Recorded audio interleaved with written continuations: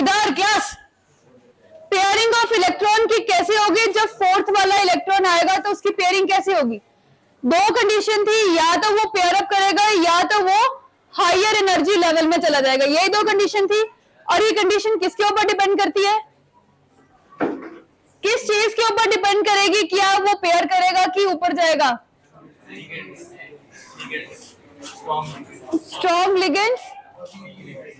आपको बताया था दो energy, magnitude of the crystal field splitting and second is pairing energy. कल बताई थी ये चीज कि अगर ये दोनों चीजें होंगी उसके पास तो उसके ऊपर डिपेंड करेगा कि इलेक्ट्रॉन पेयर अप होगा कि हायर स्टेट में जाएगा। अब कंडीशन क्या होगी? अगर आपकी पेयरिंग एनर्जी कम होगी, अगर पेयरिंग एनर्जी कम है मींस वहां पे उसकी एनर्जी कम लगेगी। मान लीजिए कंडीशन है, एक है डेल्टा ओ और एक है पी, ये दो एनर्जी है उसके पास। अब जहां भी जाएगा वहां पे उसकी एनर्जी क्या होगी? यूज होगी। अब मान लीजिए उसकी पेयरिंग एनर्जी जो है वो कम है, पेयरिंग एनर्जी कम है as compare to the delta O energy, तो वो क्या करेगा? पेयर करेगा। मतलब जहां पे उसकी एनर्जी कम यूज होगी वो वहां पे जाएगा।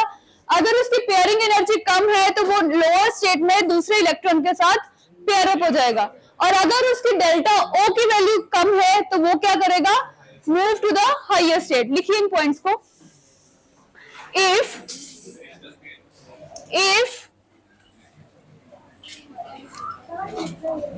इधर क्लास बातें नहीं करनी अब।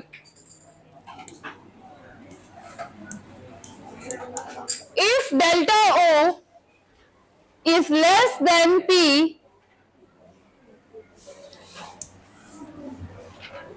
then the fourth electron enters. Then the fourth electron enters in each orbital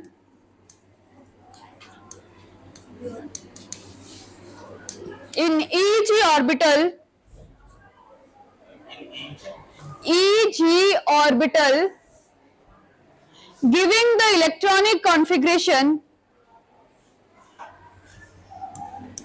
T2G3 EG1, giving the electronic configuration T2G3 EG1 and the ligands which show this type of property, the ligands which shows this type of properties are known as weak field ligands.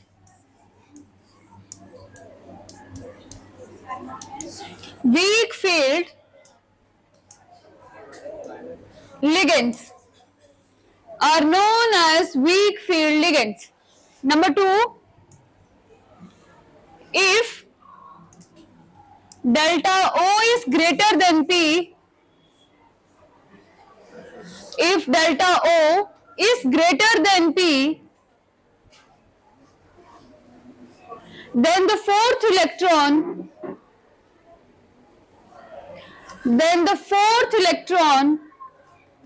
will occupy the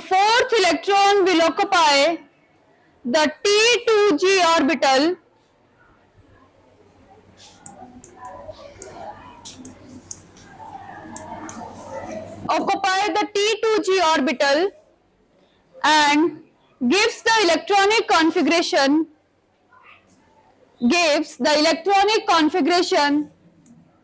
T2G4 EG0.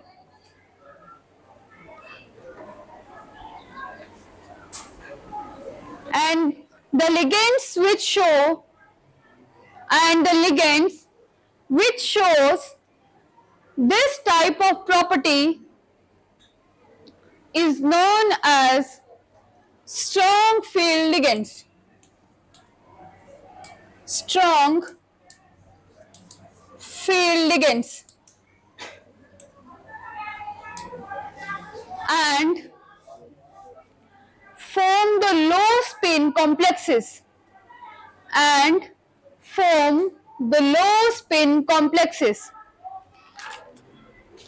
Anshul, low spin complexes. ये थी आपकी crystal field in octahedral complexes. अब बात करेंगे जिनकी tetrahedral geometry होती है, उसमें क्रिस्टल फील्ड थ्योरी की एक्सप्लेनेशन। कहां थे आप, कहां थे तुम दोनों?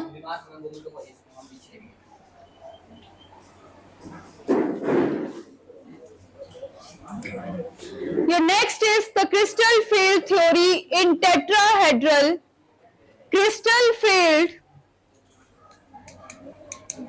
theory in tetrahedral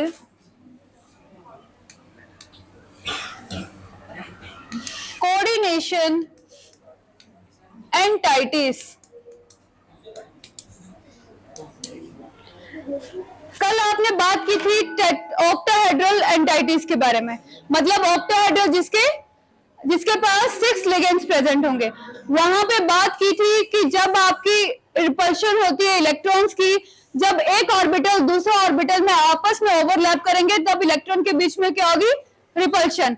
अगर इलेक्ट्रॉन के बीच में रिपल्शन होगी तो एनर्जी क्या आ जाती है उनकी, इंक्रीज। वहीं पे की थी आपने डी ऑर्बिटल की स्प्लिटिंग। अब यहाँ पे क्या होता है, यहाँ पे इलेक्ट्रॉन उनके ओवरलैप करेंगे जिनके ऑर्बिटल्स, जिनके लोब्स जो है अपने एक्सिस के बीच में लाई करेंगे। जैसे कल आपको बताया था जो D X square minus Y square and D Z square है, इनके लोब्स अपने एक्सिस में रोटेट करते हैं। और जो इसके अलावा बचे 3 X Y, Y Z and Z X, वो जो है centre of the lobe, centre of the axis में रोटेट करते हैं। अब टेट्राहेड्रल में जो एक्सिस अपने सेंटर पे रोटेट करेंगी उनकी एनर्जी क्या हो जाएगी, इंक्रीज हो जाएगी, और जो अपने ही एक्सिस में रोटेट करते हैं उनकी एनर्जी क्या हो जाएगी, डिक्रीज। तो यहाँ पे क्या होता है, जो ऑक्टाहेड्रल की आपने क्रिस्टल फील्ड स्प्लिटिंग एनर्जी पढ़ी थी, वहां पे यहाँ पे इन्वर्ट हो जाता है। जो ऑक्टाहेड्रल का बनाया था यहाँ पे उसको इन्वर्ट कर दोगे तो वो बन जाएगी आपकी टेट्राहेड्रल की। तो inversion of the octahedral geometry is known as the tetrahedral complexes. वहां पे आपकी energy D X square Y square की अप गई थी, यहाँ पे उनकी एनर्जी क्या हो जाएगी, डाउन हो जाएगी। और वहां पे आपकी एनर्जी गई थी X Y, Y Z and Z X की डाउन स्टेयर, तो यहाँ पे क्या हो जाएगी, वो चले जाएंगे ऊपर। अब वो ऊपर क्यों जा रहे हैं, अब वो लोग ऊपर क्यों जा रहे हैं, X Y, Y Z and Z X के ऑर्बिटल्स इसमें ऊपर क्यों जाते हैं, उनकी एनर्जी इंक्रीज कर रही है। एनर्जी इंक्रीज किसके कारण होती है, रिपल्शन ऑफ द इलेक्ट्रॉन्स। तो लिखो इसके अंदर, इन tetrahedral complexes, in tetrahedral complexes the d orbital splitting in tetrahedral complexes, the d orbital splitting is inverted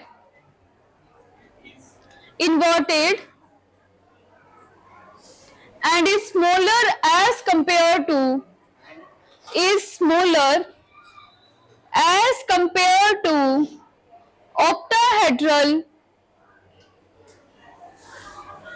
octahedral field splitting।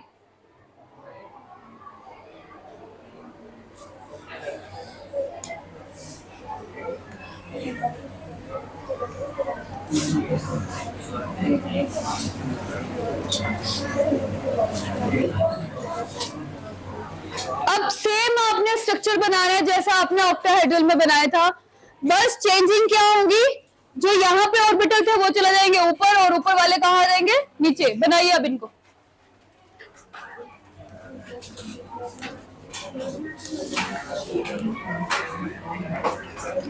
मैंने क्लास सिर्फ काम करने के लिए बोला, मुंह चलाने के लिए नहीं बोला आप लोगों को।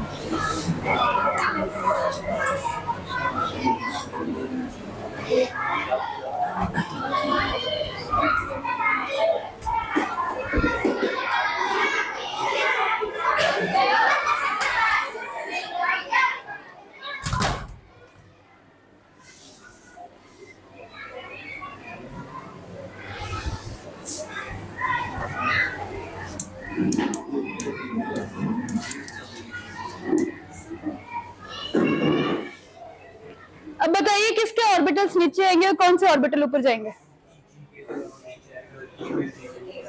Eg के नीचे आएंगे एंड T2G के ऊपर जाएंगे।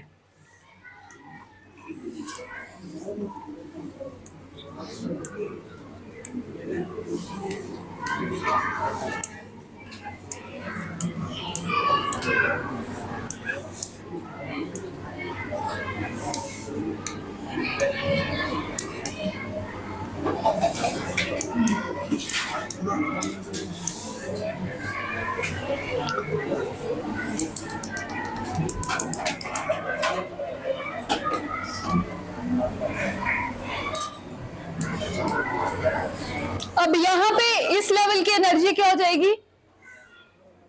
इस लेवल की एनर्जी क्या हो जाएगी?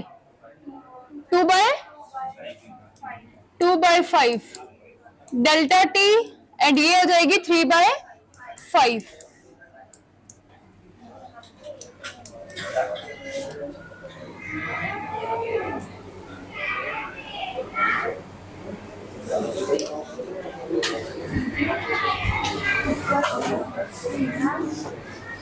हाँ जी, यहाँ पे जी नहीं आता है, टेट्राहेड्रल में जी नहीं आता है। जो जी है उसका मतलब होता है सेम सिमेट्री, और आपकी टेट्राहेड्रल में कभी भी सिमेट्री सेम नहीं होती है, तो यहाँ से जी गायब हो जाता है। ये डिफरेंस है इन दोनों के एनर्जीज में। वहां पे ऑक्टाहेड्रल में सारों की सिमेट्री क्या होती है? सिमिलर होती है, इसलिए वहां पे जी आया है, और यहाँ पे सिमेट्री सिमिलर नहीं है, इसलिए यहाँ का जी क्या है? गायब हो गया। बन गया डायग्राम?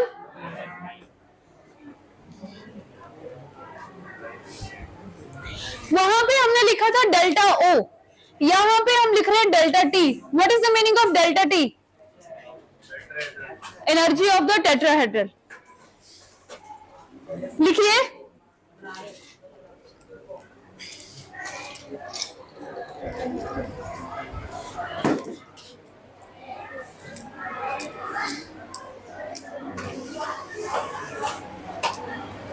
बन गया?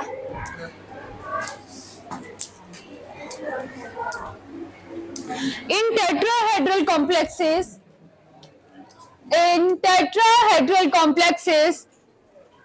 the energy difference between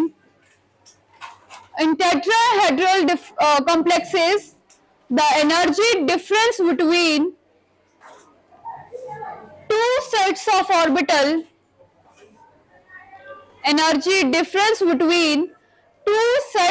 orbital is represented as delta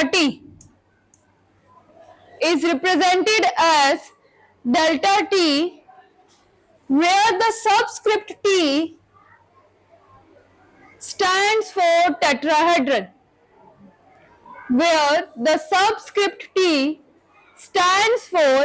tetrahedral, and its value is 4/9 delta O, and its value is 4/9 delta O. This is the crystal field splitting in the tetrahedral. अब आपने tetrahedral splitting भी पढ़ ली, octahedral splitting भी पढ़ ली।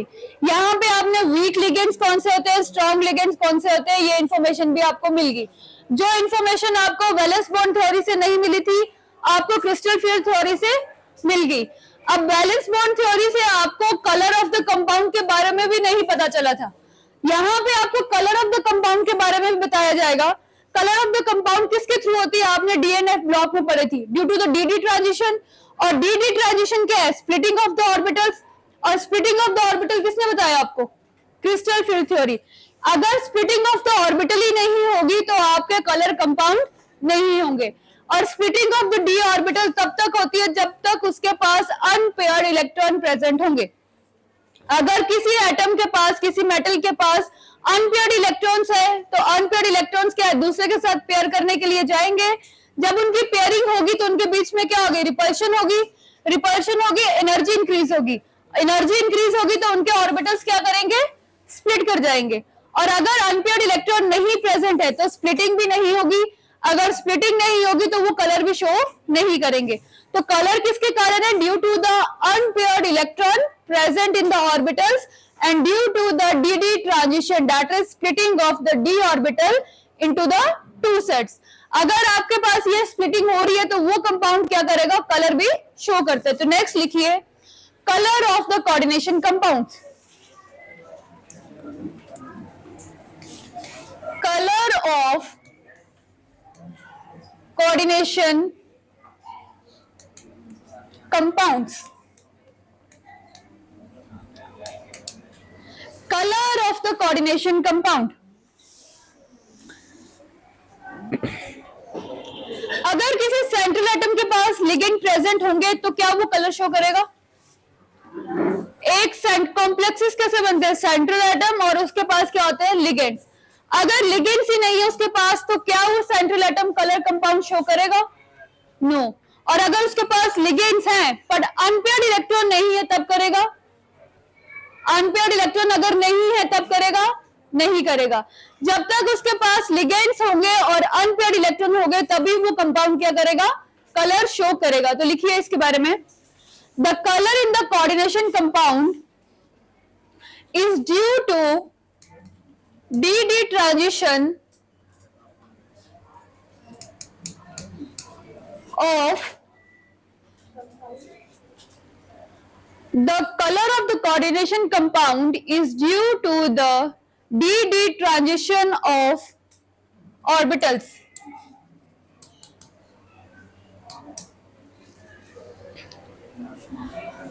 Next line से लिखिए, in the absence of ligands, in the absence of ligands the crystal field splitting, in the absence of the ligands the crystal field splitting do not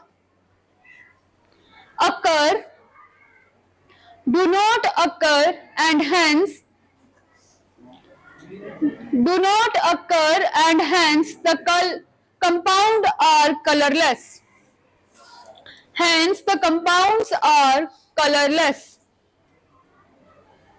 next point, in the presence of ligands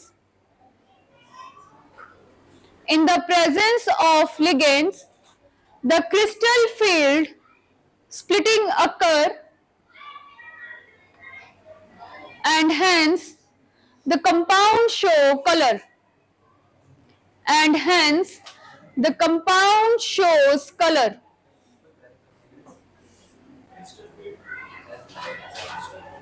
in the presence of the ligands the crystal field splitting occurs and hence the compound show colored।